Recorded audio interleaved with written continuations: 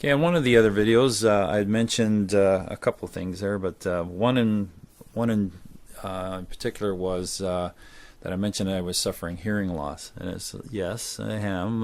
That's probably something that's going to happen to a lot of musicians out there. But I lost my hearing in my right ear a lot from, I'd say, halfway through, maybe 20 years into my music career.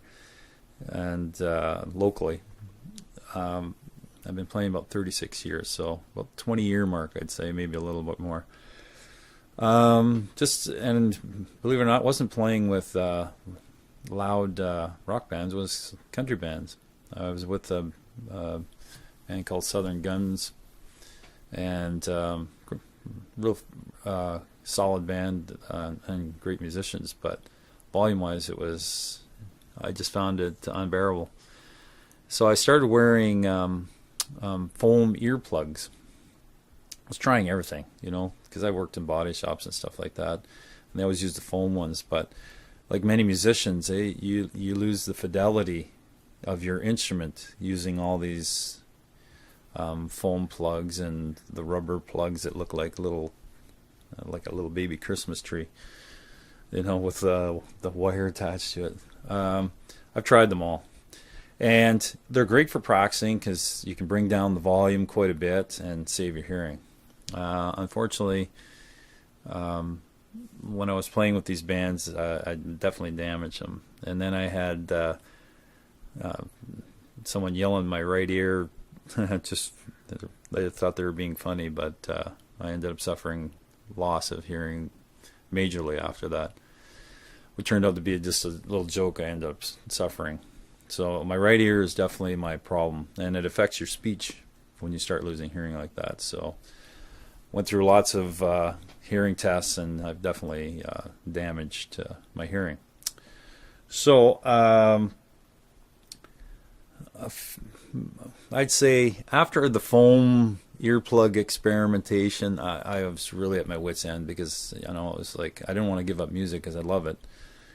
So I started researching earplugs and which direction to go.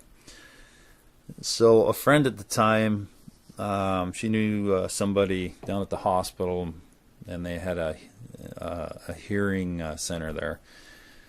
So I went down and had a whole bunch of tests, and basically it came back exactly what I knew anyways, that I had damaged my hearing. But how do I, prevent it from getting worse? You can't correct it. It's once it's done, it's done. You can wear hearing aids, but even hearing aids, the sound quality is brutal. So I tried that and didn't like it. So it's mainly my right ear. My left ear seems fine with some loss, but the right ear is definitely pooched, we'll say. So they came up many years ago with a thing called the musician's earplugs. And what they are an earplug that is molded to your own ear canal. So you get these injection molds, they send them away, and they come back, and they're a flexible type rubber. I'm going to say like a silicone style thing. But they're bendable, and they're comfortable, totally comfortable. And they fit right in your ear canal.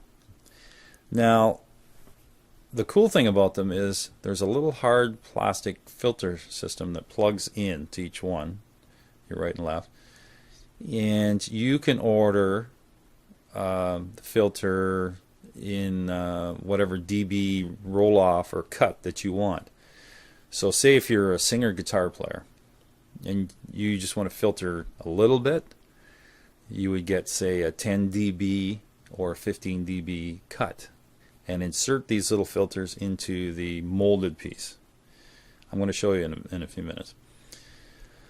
In the case of me with drums, because I sing while I'm playing drums, you don't want something too drastic. So I actually ordered the 15 dB when I play guitar. I also ordered the 25 and the 30 dB when I'm playing drums or singing. If I'm just practicing my drums, I'll put the 30 dB filters in, and it's great. You'll see me in some of my online videos where I actually use Vic Firth headphones, which are phenomenal for practicing. I recommend all drummers use Vic Firth headphones for practicing. They're great for protecting your hearing. You can get just the headphones that just block sound, or you can get the headphones that actually work where you can hear your music and plug it into your tape deck. There's two types. They all vary in price, 50 to 100 bucks, I think. I've got quite a few sets here. So anyway, so the earplug I'm going to show you right here that I've got. Now these are fairly old, so I'm going to show you them right now. And my camera doesn't want to focus too much here, so. But you can see this plastic disc, and written on it, you can see, well, like I say, you might not be able to see. There is a number 25. Now this little round capsule just pops out. The jelly silicone looking thing goes near. You can see there's a hole in it to let the sound go through. So it comes in through the filter system, through and into your ear canal. They're comfortable, you don't even know they're there. Now, they're not for everybody, because, you know, everybody wants to hear naturally without stuff jammed in their ears. But in my case, I don't want to lose the rest of my hearing, because it's difficult. It's difficult enough for some things, especially even for my speech, with the hearing loss that I have in my right ear. So that's basically it. They mold them for your own ears, and you just pop out those dB things in for whatever you want to do. You don't get them all. You don't get all the dB filters. Oops, sorry. You don't get all the dB filters when you purchase them, unless you specifically ask for them. But you obviously have to pay for whatever extra filters you want. But I had it done at the hospital, and I forget how long it took.